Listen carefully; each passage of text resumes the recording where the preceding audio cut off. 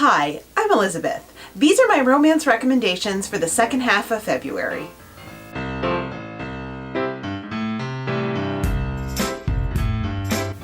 If you're new to my channel, hi and welcome. I'm not buying books this year, so these books that I'm going to be talking about today are books that are entirely off of my TBR pile. However, what I have found is that readers, especially romance readers, have very large TBR piles. So chances are you probably have some of these books on yours. They may have gotten buried in your digital archives. You may even have paperbacks. So hopefully some of these recommendations will inspire you to pull them out and take a look at them yourself. If you missed my recommendations for the first half of February, I'll put that video in the cards. Let's get started. The first book I have is Band Sinister by KJ Charles. This is $3.99. It's a queer, poly, inclusive, male-male historical romance, basically in the style of Georgette Hare. So this is like I would not want to say old school, because old school generally means bodice rippers to the romance community. These were written in the 1920s, I think, mostly.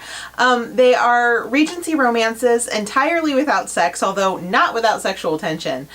However, this book, this definitely does have sex. This is a very sexy book. And the plot is basically that one of the hero's sister, she falls on the property of a neighbor of theirs, a notorious rake and Hellfire Club member, and is forced to take refuge there while her leg heals because she can't be moved or she might die.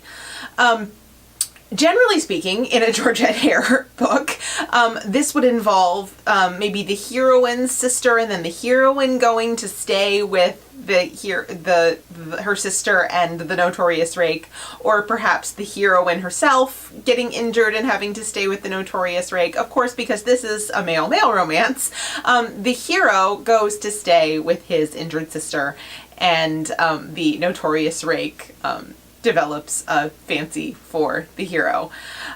This book was tremendous. If you like Georgette Hare at all, or if you really like Regency romances at all in that kind of house party, fun, lighthearted style, you will probably really like this. This is not a terribly heavy book. Unusually for KJ Charles, nobody dies. And I really loved especially the sort of virgin and rake aspect in the historical setting, but with a male-male romance twist.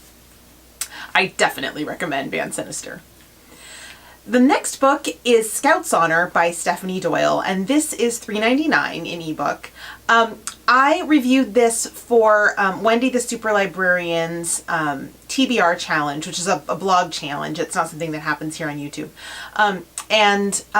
She runs this challenge every year, encouraging people to read books off of their TBR piles. Of course, I'm reading everything basically off my TBR pile this year, but this one I picked because it had been sitting on my currently reading shelf on Goodreads for an embarrassingly long time.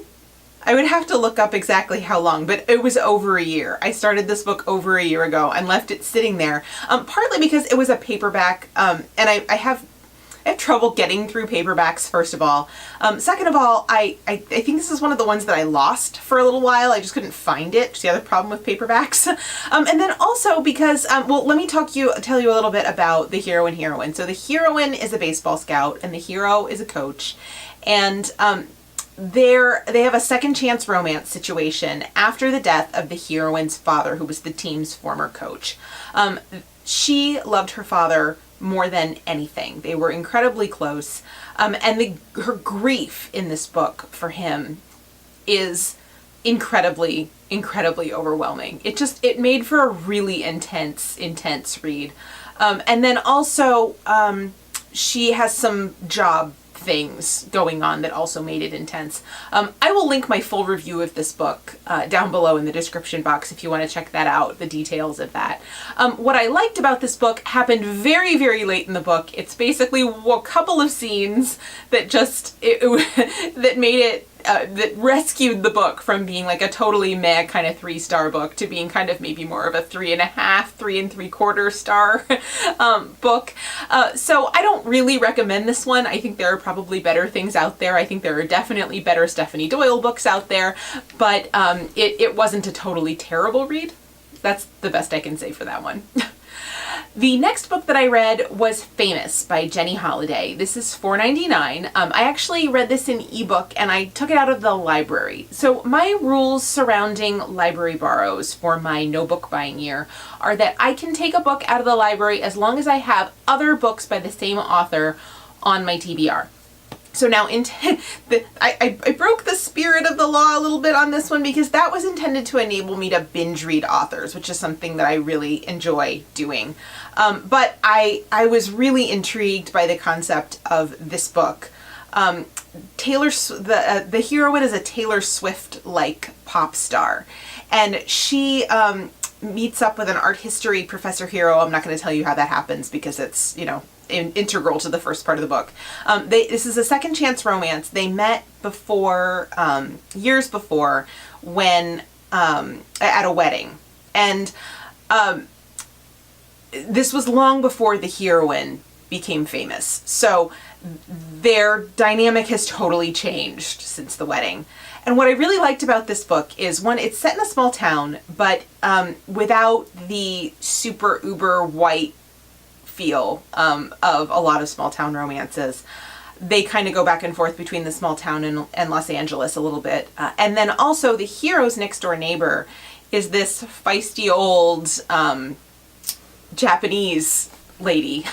Their neighbor, and she's like in her 80s, I think, and she goes on Tinder and gets dates, and part of the story is sort of her going on these dates with people, and she's an absolutely delightful character that provided just the best subplots.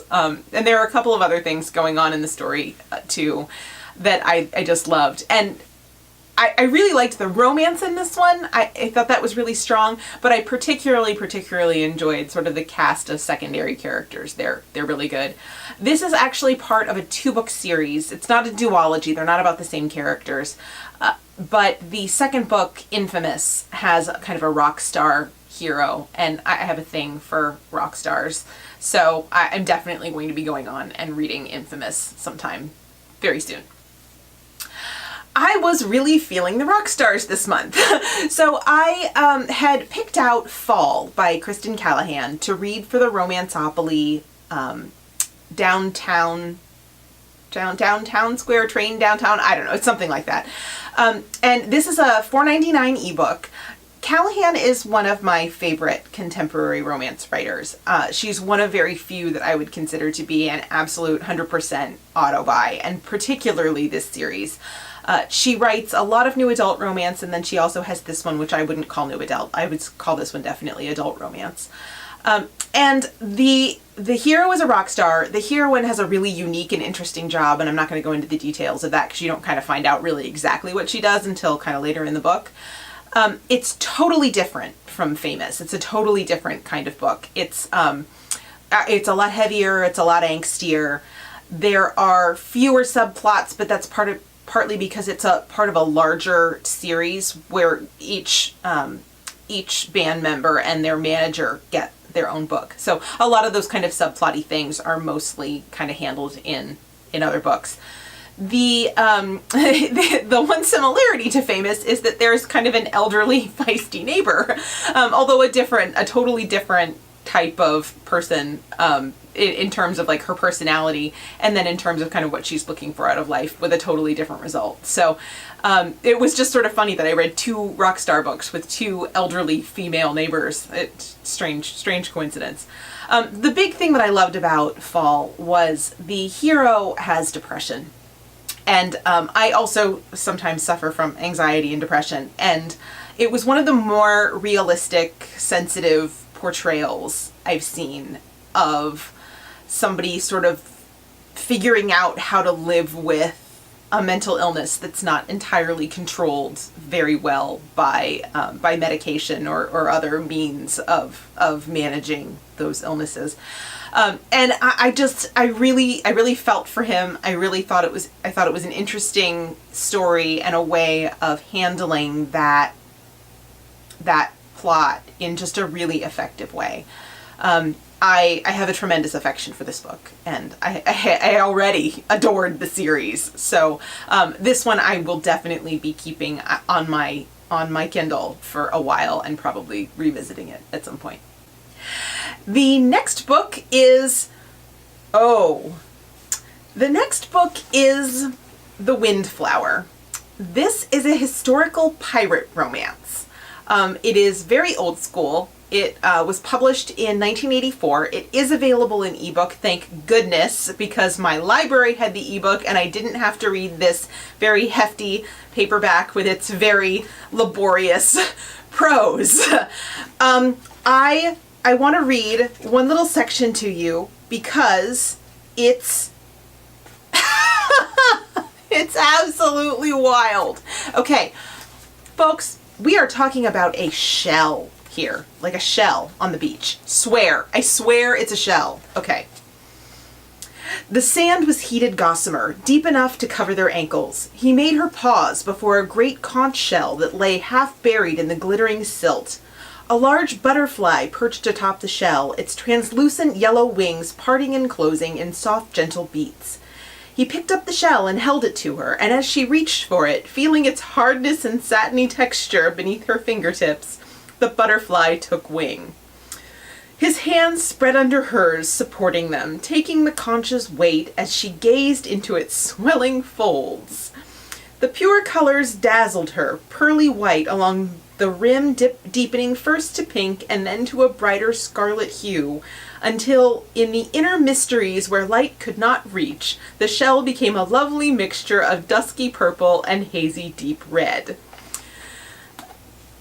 You guys, this book is almost 600 pages long, 534 pages long, and the entire thing is like that. Okay, so I don't have a problem with purple prose. I really enjoy that kind of language. I've really enjoyed it in, this is by Laura London, I didn't say that. I've really enjoyed Laura London's category romances, which are considerably shorter and much, much, much easier to read in terms of like the quality of that prose in a much more compact package. However, this book was super interesting from a genre history perspective. Not only is it so clearly referencing The Flame and the Flower, which was sort of the enormously popular romance from 1972, I think it was 72. The heroine is kidnapped by pirates. The Flame and the Flower is quite rape-tastic. I don't know how else to put it. The heroine is, I think, actually genuinely raped several times. That does not happen to the heroine in The Windflower. There is some discussion of rape, both in terms of a threat to her and in terms of something that's happened previously to another character. So if that's a trigger for you, that's something to be aware of. But the main thing about this book is that it runs quite differently than The Flame and the Flower. And I think intentionally. So from the perspective of somebody who's interested in genre history, I would say if you haven't read this one, definitely do. If you aren't interested in genre history, I would not recommend this book. It is quite, I found it quite laborious, and the romance I didn't think quite had the payoff that I would have hoped, given how laborious the reading process was. That said, there are two really interesting secondary characters in this book that are not the hero or the heroine who genuinely didn't totally hold my attention. The pirate ship's captain, Rand Morgan, is a really complex, morally ambiguous character. And his sort of, I don't know, ward almost, another guy on the ship, his name is Cat. And they are both enormously interesting, complex characters who, because when Laura London never wrote a sequel to this, they never got their own books. And frankly, I am tempted for the first time in my life to write fanfic because they are so utterly fascinating. So if anybody has any pirate romance out there, please send it my way. I'd be all over that right now. Oh, and the reason I say is that Kat and Rand are both bisexual. They are textually, canonically bisexual. And what's interesting about that is because this book was published in 1984, and it's a very old school book, very much in that old school tradition, the text is not at all critical of their bisexuality, not from the historical perspective, not in the book, which is just incredibly, incredibly rare for this time period in male-female romance. So I'm sure I've done a terrible job of talking you out of this book. Genuinely, if you are a historical romance fan, read Band Sinister instead. But I did find it very interesting from my perspective as an amateur romance historian, I guess. However you want to put that. Okay. The next book is Heat Exchange by Shannon Stacy. This is $5.99. I read this for the Fire Station Romanceopoly Square. I was not necessarily looking forward to this book. I've never really read any fire station romances or firefighter romances. It's just not a job that particularly interests me, despite the fact that my grandfather was a career-long firefighter. So I didn't really know what to expect, but I loved this book. The hero is a firefighter. The heroine comes from a firefighting family, and she had been previously married to a firefighter, and she just doesn't want any part of that life anymore. And so the majority of the conflict is built around that. There's also a secondary romance, a marriage in trouble kind of thing, which I love, between the heroine's sister and her husband. And this was just really a very simple, satisfying story. It's set in Boston, and the place details and the authentic Boston feel of it was really good. The firefighting details were really absorbing. The fire station life was really absorbing. I loved seeing the way that the firefighting people interacted with each other. It was a really good, simple, satisfying book. I will definitely be looking up the rest of these. I actually ended up, I have this one, actually I should hold it up. I have this one in paperback. I think I got it at a conference maybe, or I can't remember where exactly I picked it up, but I do have it in paperback. But I was able to find it in ebook from the library, and I went ahead and grabbed the ebook, even though I have the paperback from the library, just because it's a lot easier for me to read ebooks quickly. For some reason, it's hard for me to read paperbacks quickly. I don't know. The next book that I read was Strangers in Death by J.D. Robb, aka Nora Roberts. This is $7.99 in ebook, although I listened to it in audio from the Audible, my Audible subscription. I spent a credit on it. The narrator of this series is Susan Erickson, and I really like her a lot. I've also listened to another series, a fantasy romance series with her as the narrator, and I like her a lot as a narrator. And it's great because this is a very, very, very long series. It's, I think, 46 books. I don't know. Every time I say this, I get it wrong. But this is book 25 or 26. It doesn't really matter. I'm midway through the series.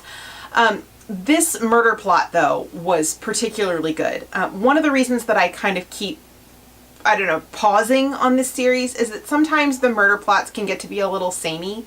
There are a lot of like serial killer type plots and a lot of plots where the killer is kind of targeting Eve or Rourke in some way, either their business interests or them personally or something. And it does get to be a little samey. This one was not like that. This had a really unique murder plot, and I really enjoyed it. It wasn't totally obvious right from the beginning who the killer was, and that was really good for me. This also has really, of course, great details between Eve and Rourke, who are the couple in the series, and then Eve and her found family of police officers and other people that she interacts with on a regular basis and has formed an affection for over the course of the series, much to her chagrin.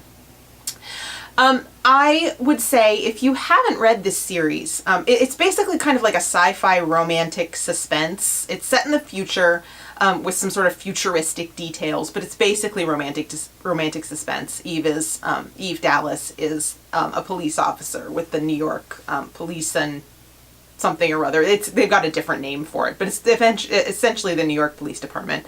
And Rourke is her billionaire husband, eventually husband. If you haven't read the series, just commit to like the first 3. It starts with Naked in Death. And as a romance reader, if you're a romance reader, the major romantic arc basically happens in the first 3 books, although their relationship does continue to grow and change throughout the series.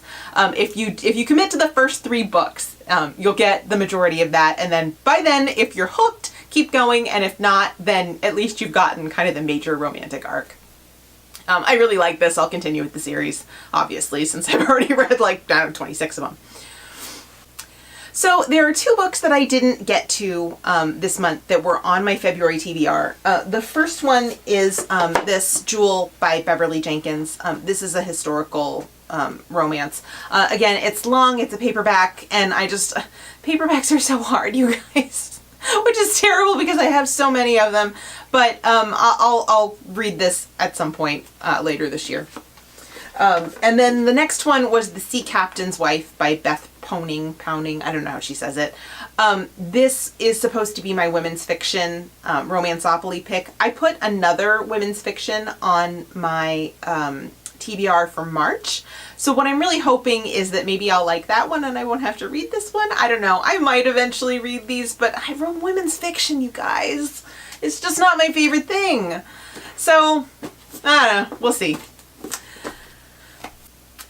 So this was really a couple of great reading weeks for me. I read 7 books. I would say 2 of them I wouldn't recommend to your kind of average reader. 5 of them I absolutely would. I definitely recommend Strangers in Death. I'd recommend Heat Exchange by Shannon Stacy, Famous by Jenny Holiday, Fall by Kristen Callahan, and Band Sinister by KJ Charles. They were all extremely strong reads, 5 stars. 4 to 5 stars for all of them. They were all really good. And of course, your mileage may vary on the ones that I didn't particularly care for. I can only hope that March will go so well. I kind of doubt it because I'm reading a bunch of vintage category romances, and those tend to be pretty hit and miss for me. I don't tend to read them because I think I will enjoy them over much. I read them because I do have kind of that interest in genre history. So it being Women's History Month, that seemed like an interesting kind of way to celebrate it. I don't know. So hopefully I'll have some good picks for that too, but this was just a really particularly unusually good couple of weeks for me as far as my reading went. If you haven't seen my March TBR, I will link that below and you can check out the picks that I have for March. I think that's about it for today's video. Have a great week, doubt not, slay some words, and Lex has your back. Bye.